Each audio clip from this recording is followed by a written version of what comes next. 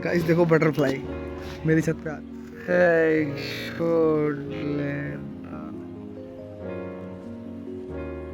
दिख रही है आपको क्या कैमरे के अंदर है? रुको रुको रुको जल्दी से आ जा।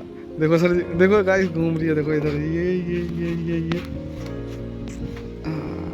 आई आई देखो क्या इस तरीके से ना रोज मेरी छत पे आके खेलती है। देखो अभी इस समय बैठ गई यहाँ पे अजवाइन के पौधे के ऊपर, आपको नजर आएगी। देखो उड़ी काफ़ी सारी है यहाँ पे, बट अभी एक ही नजर आई क्योंकि धूप हो रही है ना। अगर शाम को पॉसिबल हुआ ना मैं शाम को शूट लूँगा इस चीज़ का। देखो गाइस एक बटरफ्लाई और है, अभी मैं ना इससे बहुत दूर बैठा हूँ, तो अगर मैं इसके पास जाऊँगा ना तो ये उड़ जाएगी। देखो कुछ वहाँ पे मैं इसको जूम कर ये इस तरीके से आकर के ना अभी करौंदे के पौधे के मतलब जो करौंदे का झाड़ है ना उसके ऊपर इस समय उसका कुछ रस चूस रही है या फिर उसके अंदर ऐसी जान डालेगी वो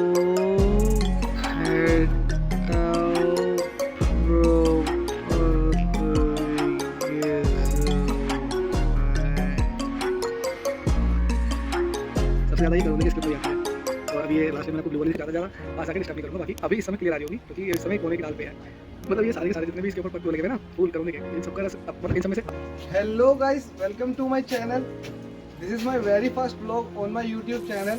मैं बहुत टाइम से सोच रहा था कि मैं अपना खुद का एक चैनल बनाऊं जिसमें खुद के व्लॉग्स डाल सकूं, जिसमें मैं क्या करता हूं क्या नहीं करता, किस तरीके से अपनी लाइफ को एंजॉय करता हूं, कम अर्निंग के अंदर किस तरीके से एक ठीक ठाक स्टैंडर्ड ऑफ लिविंग को मेंटेन करता हूं, वो सब चीज़ें मैं आपके साथ साझा कर सकूं।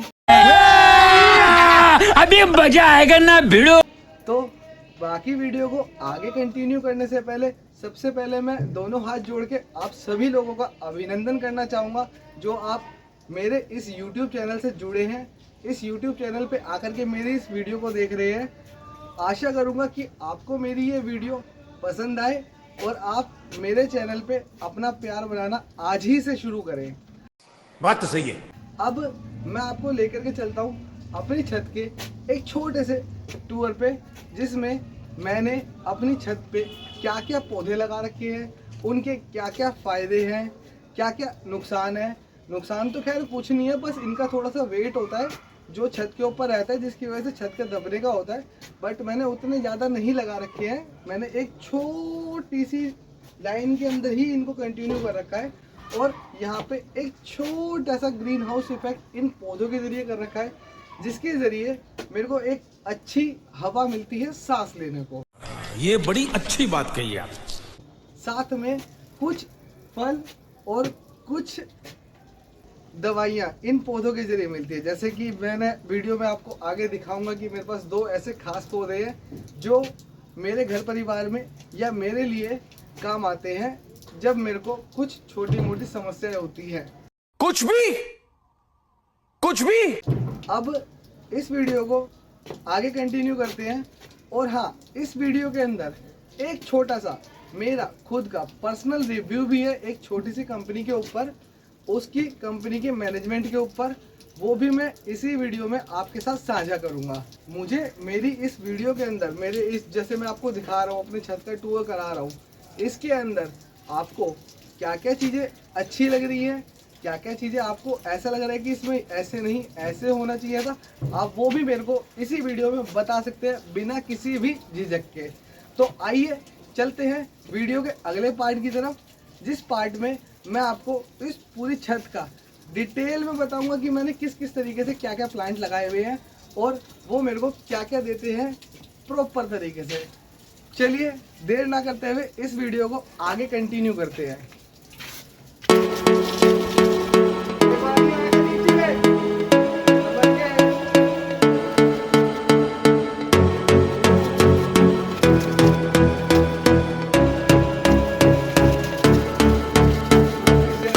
गर्मी पड़ रही है इस समय पे, मैं खुद कोशिश करता हूँ कि मैं रोज खुद आ करके इन पौधों में पानी डाल सकूँ। यू नो, जैसे हम नहाते हैं गर्मी के मौसम में और जैसे ही पानी ठंडा ठंडा हमारे शरीर पे पड़ता है हमें जैसा फील होता है, मैं सोचता हूँ इन पौधों को भी just like that he feel होता होगा। अरे तू जा रही। तो अब मेरी ही छत पे लगे हुए हैं पौधे, किसी और की छत पे लगे हुए जो मेरे को जाकर के कहीं किसी की सेवा करनी पड़ रही है, नौकरी करनी पड़ रही है। मेरे को खुद की नौकरी करनी पड़ रही है, मेरे को शौक है इन पौधों का। ये जिस तरीके से जो पानी जाने के बाद हवा देते हैं बाहर, मतलब ठंडी ठंडी, चाहे गर्मी हो चाहे सर्दी हो, महसूस आपको अच्छा होगा उसको। तो गाइस मैं आपको अपने प्लांट्स की तरफ लेके चलता हूँ और दिखाता हूँ कि मैंने किस किस तरीके से कौन कौन से फ्रूट्स देने वाले प्लांट्स लगाए हुए हैं। साथ में उनके प्लांटर का साइज़ भी दिखाता हूँ कि ये कितने बड़े प्लांटर के अंदर आपको इस तरीके से फ्रूट्स दे पाते हैं। सबसे पहले आप ये प्लांटर का साइज़ देखिए। जो सबसे पहले मैं आपको अपना पौधा दिखाऊंगा वो दिखाऊंगा चीकू का पौधा। चीकू के पौधे को एक तकरीबन 1.5 से 2 किलो हर सीज़न चीकू देने के लिए मैंने कितने बड़े प्लांटर में लगाया हुआ है आप वो पहले चेक कीजिए। ये प्लांटर का साइज़ तकरीबन 2 से 2.25 फीट ज़मीन से ऊंचाई में होगा और 1.5 से 2.25 फीट चौड़ाई में होगा। तो ये प्लांटर ग्लास शेप में है। तो इस तरीके का ये प्लांटर है, काफ़ी बड़ा प्लांटर है। और जितना बड़ा ये प्लांटर है उतना ही बड़ा इसके अंदर प्लांट ग्रो करा हुआ है जो कि चीकू का है। और चीकू का में आप देख सकते हैं इसमें जगह जगह से इस तरीके से फूल आ रहे हैं। जो ये फूल है ये ग्रो करके चीकू बन जाएंगे। ये तकरीबन अभी इस पौधे के ऊपर जैसे आप देख पा रहे हैं अभी 250 से 300 आ रहे होंगे, बट इसमें जो मैच्योर होंगे वो 70 से 80 होंगे और जो मीठे निकलेंगे वो तकरीबन 40 से 45 होंगे। बाकी कुछ अनमेच्योर में टूट जाएंगे, मतलब टाइट में, क्योंकि छत पे गिलहरी भी आती है, छत पे और जानवर भी आते हैं जैसे बंदर हो गए कभी कभार। तो इस तरीके के। तो चीकू का तो आपने पूरा पौधा देखा। अब चीकू के पौधे के बाद मैं आपको अगले पौधे की तरफ लेके चलता हूँ जो कि एक छोटा सा डेकोरेशन पीस है। वो इससे एक साइज़ छोटे प्लांटर के अंदर लगाए, मतलब 1.5 से 2.25 फीट लंबा होगा, ये ऊंचा होगा और 1 फीट से 1.5 फीट के बीच में इसका चौड़ाई होगी। और उसके बाद चीकू जैसे प्लांटर के अंदर मैंने एक अनार का पौधा भी लगा रखा है जो डेकोरेशन पीस के बिल्कुल बगल में रखा हुआ है। और इस पे ज़्यादा नहीं, हर सीज़न 2 या 3 अनार आते हैं, छोटे छोटे से। पहले बड़े आते थे, अब शायद ये पौधा थोड़ा ज़्यादा ओल्ड हो गया है या मैं इसमें ठीक तरीके से खाद नहीं डाल पा रहा जिस तरीके की खाद ये पौधा मांग रहा है, तो उस वजह से इसके अंदर अभी फल आने थोड़े से कम आ गए हैं। बाकी पौधा जिस तरीके से बीच में रुक गया था अभी थोड़ा थोड़ा चलना चालू हुआ है। और इसके अंदर साथ में मैंने ये कड़ी पत्ता भी लगाया था, मतलब ये मेरा एक बड़ा कड़ी पत्ते का पौधा है। उसके अंदर जब सीड्स आने लग गए थे तो वो निकाल करके मैंने इसके अंदर भी लगाए थे। मैंने काफ़ी सारे पौधों के अंदर वो लगाए थे, उस सब में छोटे छोटे सी पौध ग्रो हो गई है। अब अनार के बाद बारी आती है अमरूद के पौधे की। अमरूद भी मेरे को हर सीज़न 2 से 3 अमरूद तो खिला ही देता था, बट पिछले 2 सीज़न से इसने अमरूद देने नहीं दिए मेरे को भी। बट इस सीज़न इसमें छोटे छोटे से फूल आने चालू हुए थे, बट वो झड़ गए। इसमें छोटे से कीड़ा लगा हुआ है और ये कीड़ा बड़ा होकर के बटरफ्लाई बन जाता है। तो इसको मैं डिस्टर्ब नहीं करता क्योंकि मेरे को बटरफ्लाई अमरूद से ज़्यादा अच्छी लगती है। और अमरूद के बगल में जस्ट मैंने नींबू का पौधा और साथ में नींबू के पौधे के अंदर एक कड़ी पत्ते का पौधा लगा रखा है। कड़ी पत्ते में जैसे जिस तरीके के बीज पहले आए थे उस तरीके के बीज दोबारा आने लग गए हैं, ये देखिए। और ये भी इस समय 70-80 से ज़्यादा बीज, मतलब 100 बीज के आसपास आ रहे होंगे। जैसे इधर भी आ रहे हैं काफ़ी सारे और इधर भी आ रहे हैं काफ़ी सारे, इधर भी आ रहे हैं। और छोटे छोटे से इसके अंदर कड़ी पत्ते भी ग्रो कर रहे हैं, साथ में अलग अलग शाखाएँ निकल रही है। और ये देखिए किस तरीके से इसमें बीज आ रहे हैं। और ये तो हो गया कड़ी पत्ता। अभी नींबू का सीज़न आया नहीं, नींबू का सीज़न तकरीबन 1 महीने बाद आएगा, मतलब कि मई जून के अंदर थोड़े से नींबू इसके अंदर आने चालू होते हैं मेरे घर के अंदर, जो ये मैंने पौधे लगा रखे हैं। अभी इसमें थोड़ा सा मौसम बदलाव जो हुआ है उसकी वजह से पत्ते कम है। और जैसे जैसे इसमें पत्ते निकलने लगेंगे नींबू, पहले फूल आएगा फिर वो फूल कन्वर्ट होकर के फल बन जाएगा। मतलब जो प्रॉपर लेमन आता है ना जो आप मार्केट में देखते हैं, वो मैं छत पे से तोड़ के खाता हूँ। तो ये 2 नींबू के पौधे हैं। नींबू के पौधों में दोनों में कड़ी पत्ते लगे हुए हैं। एक में मदर प्लांट है जिसमें जो मेरा सबसे पहला कड़ी पत्ते का प्लांट है, और जो दूसरे वाले नींबू का पौधा है उसमें मैंने इसी में से पिछले सीज़न में एक सीड निकाल करके इसमें भी डाला था। तो इसमें भी 2-3 जगह पे आ रहे हैं। जिस तरीके से इस सीज़न में आ रहे हैं उसी तरीके से सीड इसके पिछले सीज़न में भी आ रहे थे। अब नींबू के बाद अगली बारी है सुदर्शन की। सुदर्शन ये बहुत ही ज़्यादा काम का पौधा है। मतलब मेरे फादर हैं, उनके कान में थोड़ी सी प्रॉब्लम थी, तो उस टाइम पे डॉक्टर ने और कुछ मतलब जो होम्योपैथी डॉक्टर होते हैं उस तरीके के डॉक्टर ने उनको इस पौधे का रस कान में डालने के लिए सजेस्ट किया था, तो ये उनको काफ़ी फ़ायदा किया था। तब से ये सुदर्शन का पौधा मेरे घर में है। उसके बाद बारी करते हैं अगले पौधे की, जो कि है एलोवेरा। एलोवेरा काफ़ी अच्छा पौधा है। ये स्किन प्रॉब्लम में मेरी हेल्प करता है, मेरी हेयर प्रॉब्लम में मेरी हेल्प करता है, डैंड्रफ मेरे कवर कर देता है। ये जब से मैंने लगाया मेरे सर में कभी डैंड्रफ नहीं हुआ, पहले काफ़ी ज़्यादा डैंड्रफ रहता था मेरे सर में। फिर एलोवेरा के बगल में एक छोटा सा डेकोरेशन पीस और लगा रखा है मैंने, और डेकोरेशन पीस के साथ में ये है, पहले आप गैस करो, मैं आपको 4 से 5 सेकंड देता हूँ, पूरा झाड़ दिखाता हूँ किस तरीके का झाड़ है पूरा फैला हुआ। आप इसको देख करके थोड़ा आइडिया लगाओ कि ये क्या होगा, क्योंकि ये बहुत ही ज़्यादा यूनिक चीज़ है। और इसका कई लोग अचार भी डालते हैं और कई लोग इसकी सब्ज़ी भी बना के खाते हैं। तो ये पौधा है, मतलब ये झाड़ है करौंदे का। इसमें बड़े बड़े कांटे होते हैं और छोटे छोटे से गोल गोल से खट्टे खट्टे से करौंदे निकल करके आते हैं। करौंदे के बगल में मैंने लगा रखी गिलोय की बेल। गिलोय की बेल घर में कोई बीमार हो गया था तब आई थी। ये उस बीमारी में काफ़ी काम आती है। अब मुझे नहीं पता, आपको पता है होगा कौन सी बीमारी में गिलोय काम आता है, जिसको उबाल करके इसका काढ़ा बना करके पिया जाता है। तो कमेंट सेक्शन के अंदर आप लिख करके मेरे को भी बताइए कि ये किस बीमारी में काम आता है। गिलोय के साथ में एक और डेकोरेशन पीस है, जिसमें काफ़ी सारे कड़ी पत्ते के छोटे छोटे प्लांट्स ग्रो कर रहे हैं। लास्ट सीज़न मैंने इसमें भी सीड्स डाले थे, मतलब मैंने ना सीड्स सारे पौधों में ही फैला दिए थे कि सब में चाहिए था मेरे को कड़ी पत्ता। अब सब में आ रहा है और मैं देख कर खुश हो रहा हूँ। तो नेक्स्ट बारी आती है तुलसी जी की। तुलसी जी इस पौधे में भी है, जिसमें आपका ये लगा रखे हमने डेकोरेशन पीस और कड़ी पत्ते के काफ़ी सारे छोटे छोटे पौधे। उसी में तुलसी जी भी है, उसके बगल वाले पौधे में भी है, उसके बगल वाले प्लांटर में भी है और उसके अगले वाले प्लांटर में भी है। मतलब 3 प्लांटर में लगातार तुलसी जी है और अलग अलग पौधे हैं, बट एक प्लांटर में सिर्फ तुलसी जी है। अब जो अगले प्लांटर में तुलसी जी के साथ पौधा है वो है सबसे अच्छे गर्मी के खट्टे मीठे सबसे बढ़िया फल का, जो कि है अंगूर। अंगूर के इस तरीके से गुच्छे लगते हैं मेरी छत पे।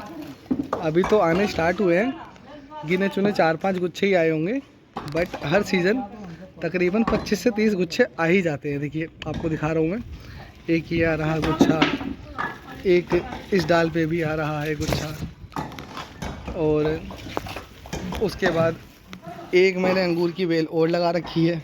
मतलब अंगूर की बेल भी 2 हैं, एक बेल तो ये हो गई जिसमें भी 2 ही गुच्छे आए हैं, एक बेल ये है जिसमें 8-10 गुच्छे हैं, बट सारे के सारे मेरी पहुंच के अंदर नहीं है, कुछ पहुंच से दूर है और अभी इसमें आने चालू हैं, तो इसमें भी अभी काफ़ी सारे आएंगे।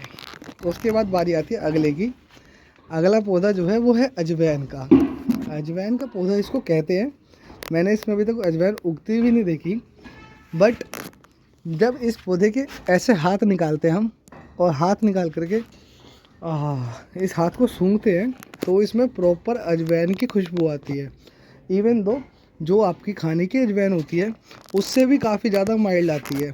और ऐसा मिथ है या फिर मानना है कि अगर आप इस अजवाइन के एक पत्ते को तोड़ करके रोज़ सुबह खाली पेट चबाओ, तो आपके जो पेट की पाचन क्रिया होती है वो और ज़्यादा स्मूथ हो जाती है। अजवाइन के प्लांटर के अंदर ही मैंने कुछ सीड्स डाले थे कड़ी पत्ते के, वो भी उग रहे हैं। साथ में जो ये सुदर्शन का गमला था, ये आज से कुछ टाइम पहले टूट गया था, तो उस टाइम पे मैंने इसको सुदर्शन को 4 प्लांटर के अंदर ट्रांसफ़र किया था। एक प्लांटर मैं आपको पहले दिखा चुका हूँ, 3 प्लांटर ये हैं, और ये 3 प्लांटर मैंने किसी को देने के लिए डिसाइड किया था, जिसमें से एक ये सबसे यूनिक वाला जो सिंगल प्लांटर है वो मैंने विभू के लिए प्लान किया था। बाकी जो 2 और अदर प्लांटर हैं वो अभी पहले मैच्योर होंगे, उसके बाद मैं डिसाइड करूँगा कि वो मेरे को किस क्या दे के आने हैं, क्योंकि ये तो मैच्योर हो जाएगा, इसकी मेरे को गारंटी है, क्योंकि इसका जो नीचे का तना है वो नीचे तक का है। बट ये जो दोनों प्लांटर हैं ये दोनों रिस्की हैं कि ये चलेंगे या नहीं चलेंगे। ये थी मेरे छत की छोटी सी डिटेल्ड वीडियो। इसमें एक पौधा मिसिंग रह गया था जो कि सबसे अलग रखा हुआ है। ये एक सुदर्शन जैसा दिखने वाला डेकोरेशन पीस का है, जो कि काफ़ी अच्छा लगता है देखने में। और बाकी की वीडियो आगे कंटिन्यू करते हैं, तो जुड़े रहिए मेरे चैनल में मेरे साथ। आपको मैं जो मेन मोटिव था आज इस वीडियो को, मतलब अपने चैनल को स्टार्ट करने का, मतलब जिससे मेरे को मोटिवेशन भी मिला, मैं करना नहीं चाह रहा था इस तरीके को यूज़, बट काफ़ी टाइम से सोच भी रहा था यूट्यूब चैनल स्टार्ट करना है और वो सब चीज़ें कर नहीं पा रहा था, सोच रहा था लैक ऑफ रिसोर्सेज है। बट जब मैंने फील करा, वो फील कैसे करा वो भी मैं अभी आपको इस वीडियो के डिटेल पार्ट में बताता हूँ। और जो चीज़ें होनी नहीं चाहिए थी वो हुई। फिर जब सब चीज़ें हो गई, मैं भी खाली था 3-4 दिन। उसके बाद मैंने सोचा इन चीज़ों को टाइम दो, मैंने इस पर स्टडी करी पूरी प्रॉपर, किस तरीके से एडिटिंग करते हैं, किस तरीके से क्या क्या चीज़ें दिखा सकता हूँ मैं अपने चैनल पे, सब चीज़ों पे R&D करी। फिर मैंने इस पर डिसीजन लिया कि मैं आगे इसमें ग्रो करूँ। तो जुड़े रहिए, मैं आपको बताता हूँ पूरा प्रॉपर क्या क्या हुआ। देख ली छत कैसी लगी बताइएगा ज़रूर। दूसरी चीज़, अभी हम सबसे ज़्यादा खास पार्ट के ऊपर डिस्कशन शुरू करने वाले हैं, जो मेरा खुद का पर्सनल रिव्यू है, जो कि एक कंपनी शैडोफैक्स के ऊपर है। हुआ ये कि 11 फरवरी 2025 को एक स्कूटी शैडोफैक्स कंपनी के थ्रू मैंने रेंट पे ली। रेंट पे वो स्कूटी मैंने ली तो सही, पर उस स्कूटी के अंदर क्या क्या फ़ायदे हुए, मेरे को क्या क्या नुकसान हुए। वैसे तो मैं फ़ायदे में रहा, पर मैं बहुत ज़्यादा नुकसान में चला जाता अगर मैंने सही समय पे सही डिसीजन नहीं लिया होता। तो मेरी तरह आप लोग भाई जितने भी इस वीडियो से जुड़ेंगे, आप उसमें ना फंसे, इसलिए मैं ये वीडियो को आज शूट कर रहा हूँ। अब आते हैं जिस टॉपिक के ऊपर मैं बात करना चाह रहा था कि मेरे साथ क्या क्या चीज़ें हुई, कब कब हुई, कैसे कैसे हुई, सब चीज़ें अभी आपको एक छोटी सी स्कूटी, इलेक्ट्रिक स्कूटी आपको आपकी डिस्प्ले पे देखने को मिलेगी। ये है रेफिन कंपनी की इन्फिनिटी बाउंस स्कूटी। ये मैंने शैडोफैक्स कंपनी के थ्रू रेंट पे ली थी। जब मैंने ये रेंट पे ली थी तब तारीख थी 11 फरवरी 2025। इसका किराया तब मेरे को बताया गया था कि 212 रुपये प्रतिदिन है। मैं भी बहुत खुश था कि 212 रुपये प्रतिदिन किराए के अंदर मेरे को एक अनलिमिटेड चलाने के लिए स्कूटी मिल रही है, जिसको मैं जितने मर्जी किलोमीटर चला सकता हूँ। तो मैंने वो स्कूटी ले ली थी। उस स्कूटी को लेते हुए मेरे को 2500 रुपये का सिक्योरिटी अमाउंट अपने अकाउंट से डिपॉजिट करना पड़ा था, जिसके अंदर कंपनी मेरे को एक हफ्ते का रेंट फ्री कर दी थी। बाकी जो मेरा रेस्ट अमाउंट था उसको 2000 रुपये कन्वर्ट करके मेरे अकाउंट में सिक्योरिटी के तौर पे वापस डाल दी थी जब मैं इस स्कूटी को वापस करता। बट ऐसा हुआ नहीं। अब मैं आपको वीडियो के पार्ट पे आगे लेके चलता हूँ, बताता हूँ मेरे साथ क्या क्या चीज़ें हुई। अब उसके बाद मेरे को बताया गया था कि 212 रुपये रेंट है, और इसका जो रेंट है वो मेरा जो मैं ब्लिंकिट कंपनी के अंदर काम करूँगा उसकी अर्निंग में से डिडक्ट हो जाएगा। साथ में ब्लिंकिट के साथ मैं इसको अपने निजी यूज़ के लिए भी चला सकता हूँ, जो वर्ड्स मेरे को मेरी टीम लीडर दीपा ने दिए थे। मैं इस बात से सहमत हूँ। मैंने स्कूटी को ब्लिंकिट के अलावा अपने पर्सनल यूज़ के लिए भी यूज़ किया है। मैं रेंट दे रहा था इसलिए मैं यूज़ कर रहा था। हुआ क्या कि इस स्कूटी का पहले हफ्ते ऑटोमेटिक रेंट नहीं कटा। दूसरे हफ्ते जो रेंट था उसके ऊपर शैडोफैक्स कंपनी ने मेरे को 50 रुपीज़ का पेनल्टी लगा दिया। कोई बात नहीं, मैंने अपनी टीम लीडर से डिस्कस किया। टीम लीडर ने कहा आप चिंता मत लीजिए, आपकी जो अगली सैलरी होगी उसमें से डिडक्शन हो जाएगा। मैंने कोई बात नहीं कह करके उसको आगे करा। ऐसा हुआ भी, अगले हफ्ते मैंने जितने का भी काम किया था उतना अमाउंट पूरा नहीं आया, कट करके आया। तो मैंने सोचा कि वो रेंट उसमें से कट गया होगा, और करते करते करते करते ऐसा हर हफ्ते होता रहा। जब लास्ट में 4 से 5 हफ्ते हो गए इस चीज़ को होते हुए, तब मैं अपने घर से तकरीबन 70 से 75 किलोमीटर दूर गुड़गांव के अंदर बैठा हुआ था। सुबह के 8 बज रहे थे, मैं नाइट शिफ्ट करके हटा था ओला उबर रैपिडो के अंदर, और मेरी स्कूटी बंद हो गई थी। मैंने अपने टीम लीडर को कॉल करा, 10 बजे तक मेरा किसी ने फ़ोन ही नहीं उठाया। सुबह 8 बजे से लेके 10 बजे तक। 10 बजे जब मेरा फ़ोन उठाया मेरी टीम लीडर ने, तो उन्होंने मेरे को बोला कि मैं तुम्हें पूछ के बताती हूँ। 1, 1:30, 2 बज गए, कोई रिवर्ट नहीं। मैं गुड़गांव अरावली से MG रोड तक कि इनकी स्कूटी कोई चुरा ना ले जाए, कोई पार्ट चोरी ना हो जाए, अपने रिस्क पे घसीटता हुआ लेकर के गया वहाँ तक। वहाँ पे इनका बैटरी स्वैपिंग स्टेशन था, वहाँ पर भी मैंने अब स्कूटी को पार्क करा। उसके बाद मैं मेट्रो लेकर के वापस घर आ पाया।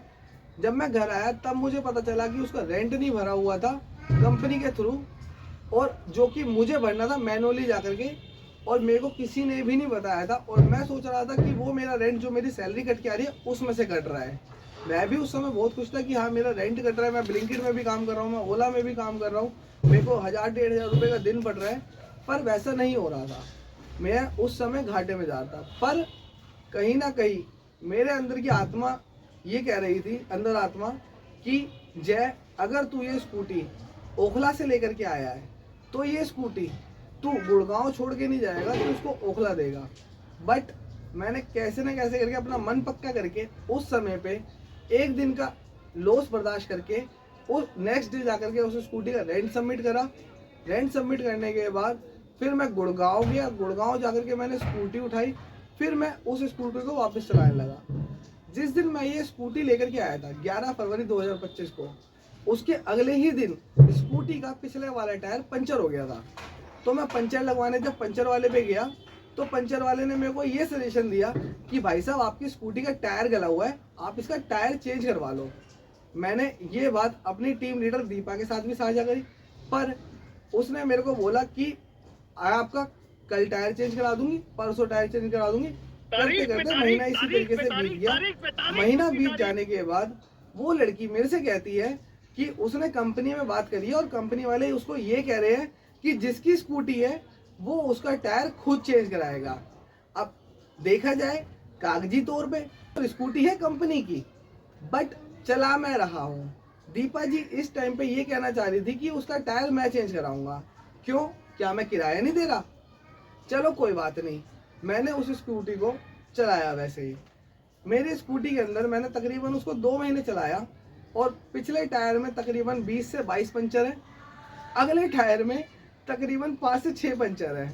मैं आज तक मेरे को नहीं पता कितने लाख किलोमीटर अपनी बाइक या अपनी स्कूटी ड्राइव कर चुका हूँ, उसमें कभी इतना नहीं हुआ। उस स्कूटी को 2 महीने के अंदर मैंने 10,000 किलोमीटर के आसपास चलाया था और उसके अंदर 25 से 28 पंचर थे, जबकि वो टायर ट्यूबलेस था। चलो कोई बात नहीं, जोक सपाट, ये तो चीज़ अलग हो गई कि हाँ चलो कोई बात नहीं, पत्थर में गई होगी गाड़ी, कील में गई होगी, कंपनी के बहुत एक्सक्यूज होते हैं। पर यहाँ पे बात आती है कि चलो किराया बढ़ने की, या फिर किराया कैसे कटेगा, या फिर मेरी सैलरी में से डिडक्शन हो रहा है तो किस बात का हो रहा है। मैं हर चीज़ पे अपनी टीम लीडर को कॉल करता था, मेरे व्हाट्सएप चैट्स हैं, अगर मेरे से कंपनी प्रूफ मांगेगी तो मैं वो प्रूफ भी दे पाऊंगा, मेरे पे सब चीज़ें हैं। मैं अगर रात को अपनी स्कूटी लेकर के या कंपनी की स्कूटी लेकर के कहीं जा रहा हूँ और मेरा टायर पंचर हो गया तो आसपास मेरे को कोई पंचर वाला मिलता नहीं था। पंचर वाला ढूंढने के लिए मेरे को कभी 1 किलोमीटर, कभी 1.5 किलोमीटर, कभी 2.5 किलोमीटर गाड़ी को खींचना पड़ता था, जिसके चक्कर में मेरा खुद का समय खराब होता था। मेरी टांगे दुख जाती थी स्कूटी को पैदल पैदल खींचने में।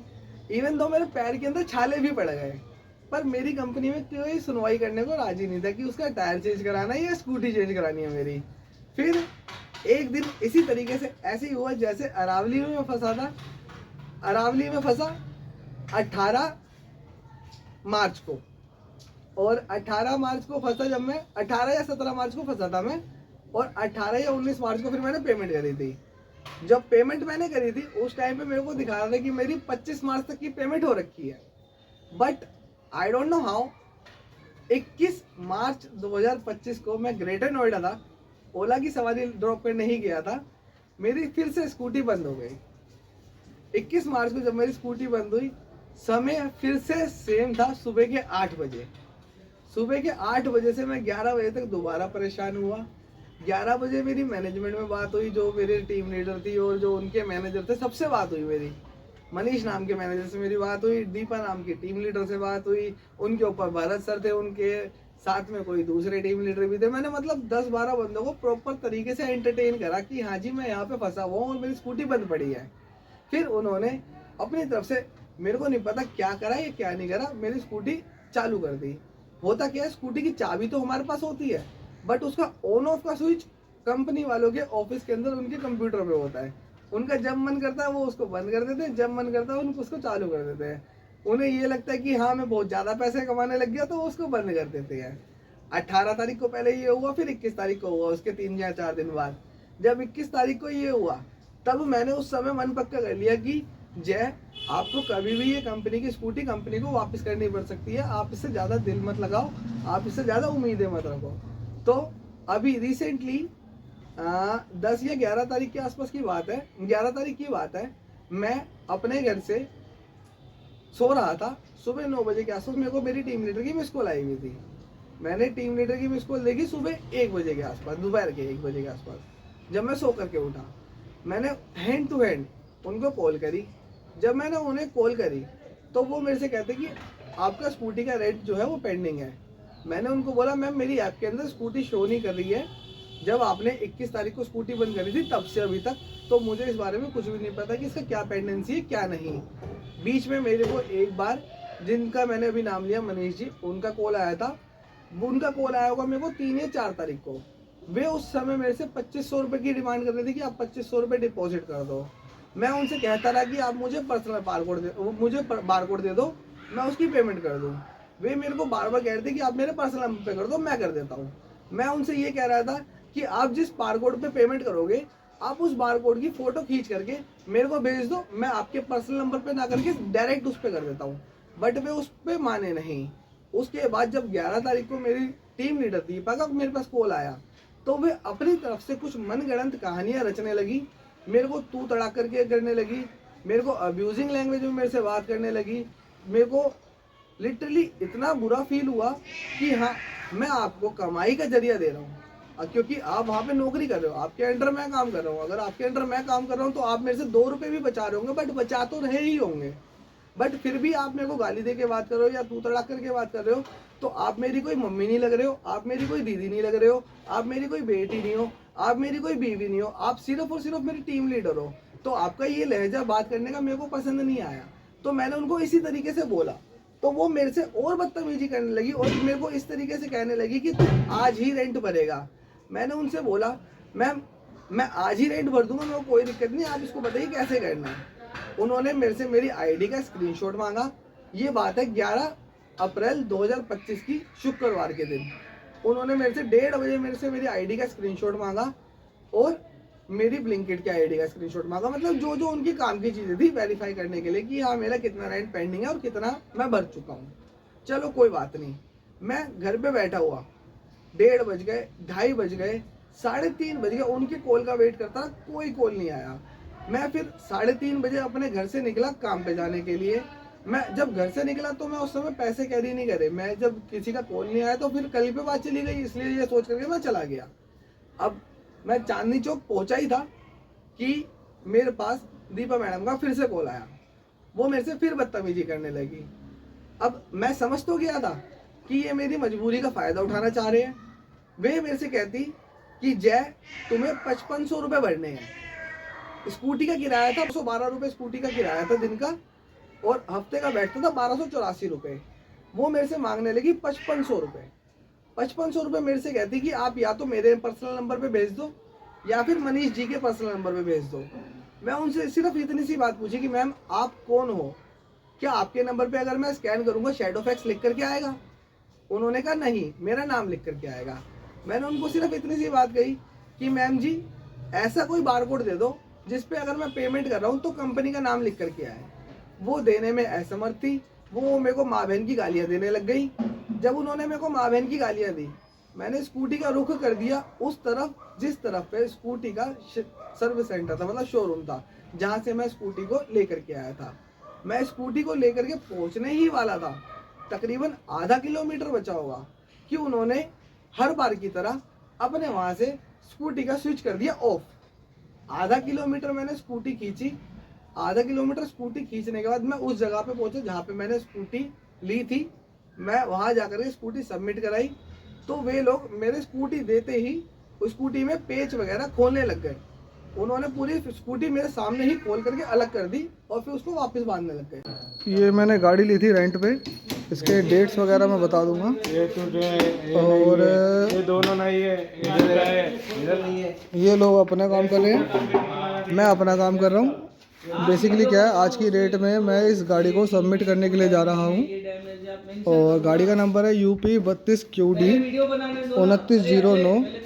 और ये लोग अपना काम कर रहे हैं, गाड़ी को खोल बंद कर रहे हैं। मैंने इसमें गाड़ी में जो जो जैसे जैसे ली थी वैसे इट इज़ वैसी वापस कर रहा हूँ। इसका जो गाड़ी का अगले वाला मरघाट है, ये खड़ी गाड़ी में कोई टक्कर मार गया था तो मेरी वजह से मैं जहाँ मैंने खड़ी करी थी वहाँ पे ठुका था, तो मैंने इसको नया मरघाट अपनी तरफ से डलवा करके कंपनी को वापस कर रहा हूँ। बाकी इस गाड़ी में मेरे से पर्सनली कोई भी एक्सीडेंट नहीं हुआ, कोई ऐसी चीज़ नहीं हुई जिससे गाड़ी में कोई डैमेज आए। गाड़ी के अंदर जिस कंडीशन में गाड़ी गई थी, 2 शीशे थे। जब ये टक्कर हुई थी, एक शीशा उस समय टूट गया था, दूसरा शीशा पता नहीं कोई ब्लिंकिट के स्टोर के बाहर से चुरा करके ले गया था। मुझे इस बारे में कुछ भी नहीं पता कि दूसरा शीशा गया कहाँ। बाकी ये वीडियो जो मेरी टीम लीडर है शेडोफैक्स की, ये मैं उनके पास भी डालूँगा। ये वीडियो मैं अपने इंस्टाग्राम के चैनल पे भी डालूँगा, जिस पे काफ़ी अच्छी जनता इसको देखेगी। और मैं इसमें सजेशन यही दूंगा कि आपको ये इन्फिनिटी बाउंस नाम की स्कूटी लेनी है तो आप शेडोफैक्स कंपनी के थ्रू ना लें।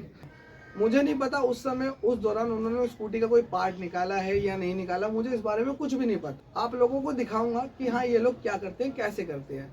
जब ये सब चीज़ें हो गई तो मेरे मन में था कि ये सारी चीज़ें, जो सारी इन्फॉर्मेशन है, मैं आप लोगों के साथ भी शेयर करूँगा। तो मेरा सिर्फ यही कहना है कि अगर आपको रेफिन कंपनी से इन्फिनिटी बाउंस नाम की स्कूटी लेनी है, स्कूटी बहुत अच्छी है, नो डाउट। स्कूटी अगली भी डिस्क ब्रेक है स्कूटी के अंदर, पिछली भी डिस्क ब्रेक है। मैंने 12,000 किलोमीटर या 10,000 किलोमीटर स्कूटी ड्राइव करी है, उसके अंदर एक सिंगल एक्सीडेंट नहीं हुआ, जस्ट बिकॉज स्कूटी काफ़ी ज़्यादा सेफ है। बट स्कूटी देने वालों का जो मैनेजमेंट है वो काफ़ी ख़राब है।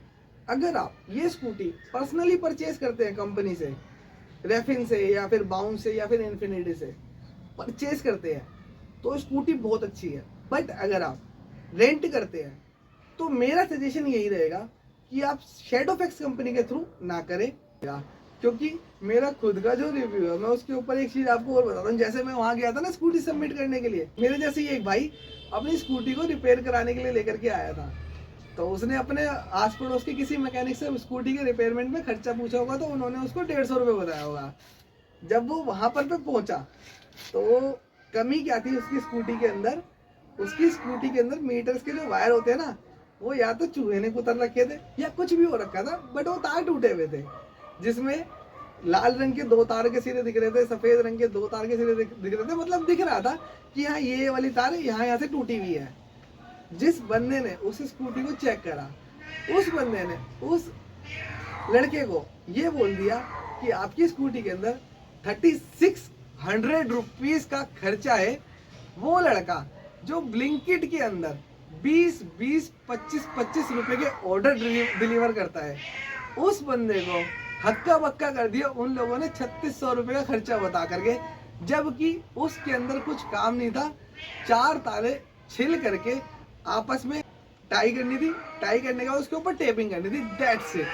अगर मेरी पर्सनल स्कूटी में ऐसी कोई चीज़ नहीं होती, मैं खुद ही कर लेता, मैं किसी मैकेनिक पे भी नहीं लेके जाता। बट वो लड़का अपना पूरा दिन खराब करके वहाँ पे कंपनी के पास पहुँचा, कंपनी वालों से 4 तारों पे 2 टेप नहीं लगाई गई, उन्होंने उसको 3600 रुपये का खर्चा बता दिया कि हाँ ये 3600 रुपये दे हमें, हम इसको दूसरा मीटर डाल करके दें और इस मीटर में टेप लगा करके किसी और स्कूटी में चिपका दें। तो इस तरीके के स्कैम तो कंपनी कर रही थी, मेरे सामने की बात है। चलो कोई बात नहीं, मेरी चीज़ नहीं है वो, मैं इस पर ज़्यादा बोलूँगा भी नहीं। बट वो वाला टीम लीडर का नाम था दीपक, जिसके लड़के की वो स्कूटी थी।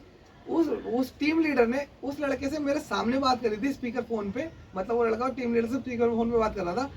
टीम लीडर ने यही बोला कि आपके आसपास का जो एरिया जहाँ पे आपने मैकेनिक को दिखाई थी स्कूटी, वहाँ पे जाओ, रिपेयर कराओ, जो आपको 150 रुपीज़ रिपेयर का चार्ज है वो मैं आपको पेटीएम कर रहा हूँ, आप उसको मेरी जेब से करा दो, अगर कंपनी वाले करने में असमर्थ है तो ये तो कंपनी वालों का फीडबैक है मेरी तरफ से, जो मैंने अपनी आंखों से देखा है। बट मैं इस चीज़ के ऊपर ज़्यादा नहीं बोलूँगा, बस मैं आपको यही कहूँगा कि आप भी मेरी तरह परेशान ना हो। कोई भी चीज़ लो किसी भी कंपनी के थ्रू, उसकी रेटिंग चेक कर लो, रिव्यूज़ चेक कर लो, साथ में उस चीज़ को जो भी बंदा यूज़ कर रहा है, जिसको आप देखा देखी आप वो चीज़ ले रहे हो, उससे भी जान लो कि हाँ ये चीज़ कैसी है कैसी नहीं। मेरी तरह बेवकूफ़ मत बनो। अब देखा जाए 212 रुपये दिन के हिसाब से जो मेरा कैलकुलेशन बनता था, वो मेरा बनता था तकरीबन 11,000 कुछ रुपए। जब तक मैंने स्कूटी चलाई, मैंने जो भरा 7,500 रुपये अपने हाथ से भरे हैं। 2,500 रुपये सबसे पहले, 5,000 रुपये तब जब मैं अरावली में फंसा था। उसके अलावा तकरीबन 2,500 से 3,000 रुपये मेरी सैलरी में से डिडक्ट हुए हैं। सैलरी भी ब्लिंक कैसे आती थी मेरे को शेडोफैक्स से, जैसे शैडो फैक्स कंपनी को ब्लिंकिट कंपनी जो है संडे को रात को या फिर मंडे की सुबह पेमेंट कर देती थी, और जो लोग डायरेक्ट ब्लिंकिट में थे उनको मंडे मॉर्निंग में सैलरी आ जाती थी। बट मेरे को क्या आता था, मेरे को आता था ट्यूसडे को 500 रुपये, 600 रुपये, 700 रुपये। ट्यूसडे को या फिर मंडे को मेरे को 500-600 रुपये आ जाएंगे, कोई बात नहीं। 5,500 रुपये में से 500 रुपये आ गए, बचे 5,000 रुपये। अब वो 5,000 रुपये जो मेरे को गुरुवार को आने थे, वो कभी 5,000 रुपये पूरे नहीं आए, कभी 4,500 रुपये आते थे, कभी 4,200 रुपये आते थे। तो मैं भी समझता था कि हाँ मेरा रेंट कट रहा है। ऐप में मेरे को स्कूटी शो नहीं होती थी 21 मार्च के बाद से, तो मैं भी इन सब चीज़ों पर ज़्यादा ध्यान दे नहीं पाया। वो तो जब चीज़ें साफ होने लगी तब मैंने समझा कि हाँ स्कूटी को वापस उसी ठिकाने पे पहुंचाया जाए जिस ठिकाने से आप इसको लेकर के आए हो। मैं वहाँ गया, मैंने वहाँ पे जाके स्कूटी सबमिट कराई। सबमिट कराने के बाद जब मैंने वो स्कूटी सबमिट कराने की वीडियो अपनी टीम लीडर और अपने उसके मैनेजर को भेजी, तो उन लोगों के हैंड टू हैंड मेरे पास कॉल आ गए कि हाँ मेरी उनसे बात कराओ जिनको आपने स्कूटी सबमिट कराई है। भाई मैं आपकी उनसे बात क्यों कराऊँ जब आपकी कंपनी के अंदर मैंने स्कूटी जमा कराई है, आपको लोकेशन भेज रहा हूँ कौन से कहाँ से जमा कराई है, कहाँ से लेके आया था, आप डायरेक्ट फ़ोन पे बात कर लो ना, आप मेरे को क्यों प्रेशराइज क्यों कर रहे हो। उसके बाद उस लड़की ने मेरे को वापस गालियाँ देनी चालू कर दी। तो लास्ट में आज की डेट है, मेरे को जो मेरा सिक्योरिटी अमाउंट डिपॉजिट था उसके ऊपर कोई वो नहीं है। जो मेरे दिन खराब हुए, जो मैंने पंचर लगवाने में स्कूटी को घसीटा, जो मैंने स्कूटी रिपेयर अपने पास से कराई, स्कूटी के अंदर 4-5 कमियां थी जब मैं लेकर के गया था वहाँ से। वो मैंने ज़्यादा बड़ी कमियां नहीं थी, 10, 20, 50 रुपए की हर कमी थी। तो मैंने किसी को कहीं पॉइंट ऑफ नहीं करा, मैंने अपने पास से अपने निजी खर्चे में से करा दी, जो मैं निजी कमाई थी उसमें से करा दी। पर मेरा कहना ये है कि अगर मैं रेंट दे रहा हूँ एक नई चीज़ का, तो मुझे वो नई चीज़ क्यों नहीं मिली। दूसरी चीज़, अगर मैंने आपको पहले दिन बता दिया कि स्कूटी के अंदर ये कमी है, आपने मेरे को दूसरे दिन बताया क्यों नहीं कि आप उसको नहीं करा पाओगे। आप मेरे को 1 महीने तक लगातार यही बोलते रहे कि मैं आज चेंज करवा दूंगी, मैं कल चेंज करवा दूंगी, मैं आज चेंज करवा दूंगी, मैं कल चेंज करवा दूंगी। मेरा नाना करते हुए भी 2500 से 2600 रुपये पंचर के अंदर लगा। और साथ में उस समय में, जिस समय में मैं स्कूटी को घसीट रहा था, उस समय में मैं जो कमाता वो भी मेरा समय खराब हुआ।